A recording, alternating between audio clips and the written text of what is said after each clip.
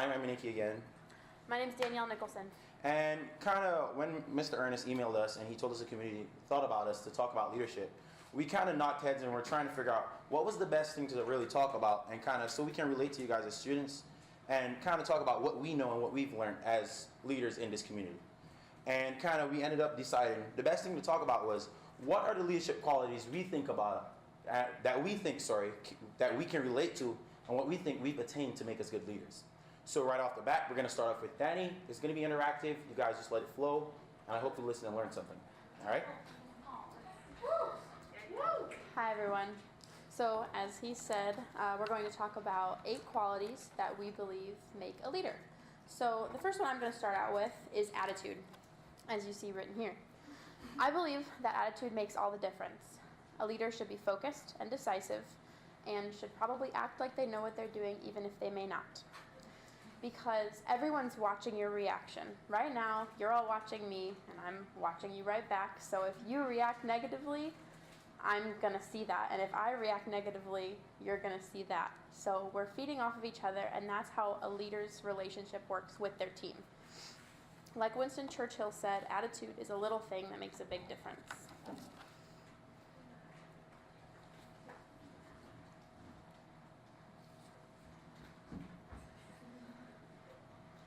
I almost forgot my balloon there for a minute. Accountability. Zabignu Herbert. For the want of a nail, a horseshoe was lost. For the want of a horseshoe, a horse was lost. For the want of a horse, a rider was lost. For the want of a rider, a message was lost. For the want of a message, a war was lost. Accountability. Who's there to blame? The blacksmith, the rider, the horse, the guy that hired the blacksmith. Accountability, the ability to take the blame when everyone else is losing their minds and pointing fingers. It's a knack that all leaders have. It's a key component, it's a key quality that makes us who we are today. You see, being the ability to take yourself and gather that essence, actually, to take the blame for another individual is a different feeling. It gives others a different feeling. As a key leader in any community, the ability to take the blame in any situation separates you from everyone else.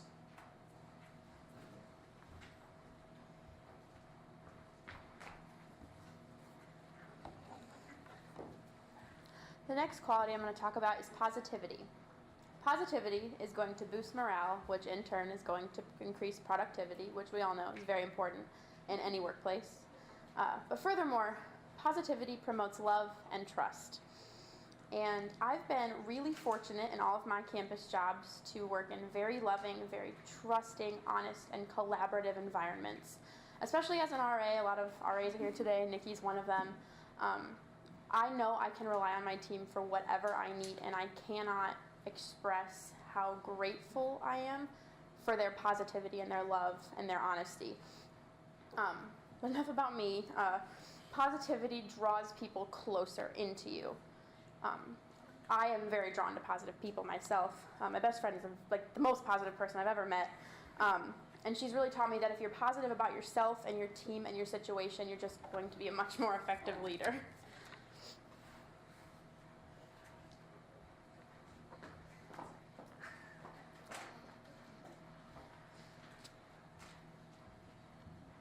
There we go. Empathy. Thanks for stealing my thing, Jared. It's all right. Nothing big. But empathy. The Oxford Dictionary defines this as the ability to share and understand the feelings of others. I know I'm not the only one that's cried at The Lion King when Mufasa dies. I'm not the only one that's cried when Jack was floating away. We all love the Titanic. Empathy. The ability to relate to a situation with another. Right? The ability to be human. It's a natural feeling. It's something we all have and we have to be good leaders. You see, if I can relate to you in any situation, it gives you a different understanding and the ability to trust me for who I am and who I want to be. The ability to show another individual that you will care in any situation. Empathy. We need it. You all have it. We have what it takes.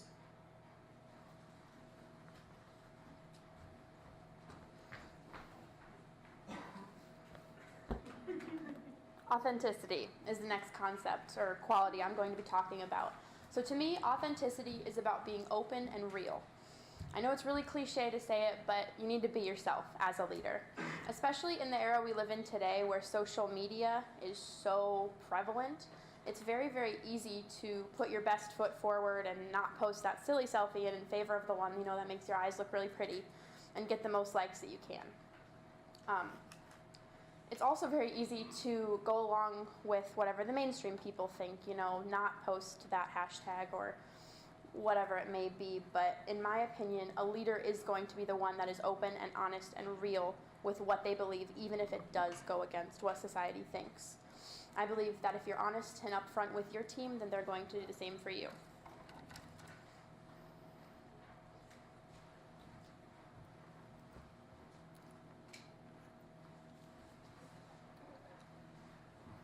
My balloons are being difficult. It's all right. Motivating factor. Now, I associate this with self-belief because in order to motivate others, we must first be able to motivate ourselves. And that's something especially we struggle with in our generation. Like I like to say, treat myself. It gives me self-confidence. Yeah, I have my own treat myself day. I just sit down, relax, and do whatever I want to do. You see, motivating factor is the ability to motivate, well, let's not be cliche and say motivate someone, but to push someone to the next level. You see, helping an individual find their commitment and to instill in them that self-belief is something different, and it sets you apart from others. The ability to give someone a purpose or a why. You see, a big problem we face in our society today is when we lose our why and our purpose, we tend to stop doing what we need to do, or we stop halfway on the journey. Motivating factor is the ability to gain someone's trust and to push them on a journey where you nor them know the end. Motivating factor. The ability to make someone believe they are unique and different.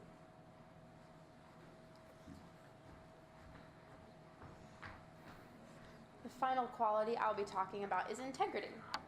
Integrity to me is all about staying true to your beliefs and having those beliefs line up with your actions and words. I've always attempted to surround myself with those who have very strong moral compasses, and they let those moral compasses guide them through their life. And my friend told me once that beliefs without action inspire no one. And I think that speaks for itself. Because if you're saying something that doesn't mean anything, like when you use a hashtag like we just talked about in that last session that I had, if you just use that hashtag, that's not doing anything.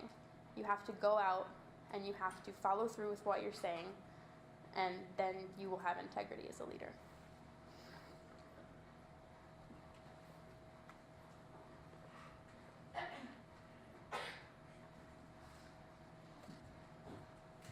The last quality for us, and we both decided on this one, was essence. You see, now there was a hard battle for me trying to figure out how can I explain essence to you guys. Essence means something different to each one of us.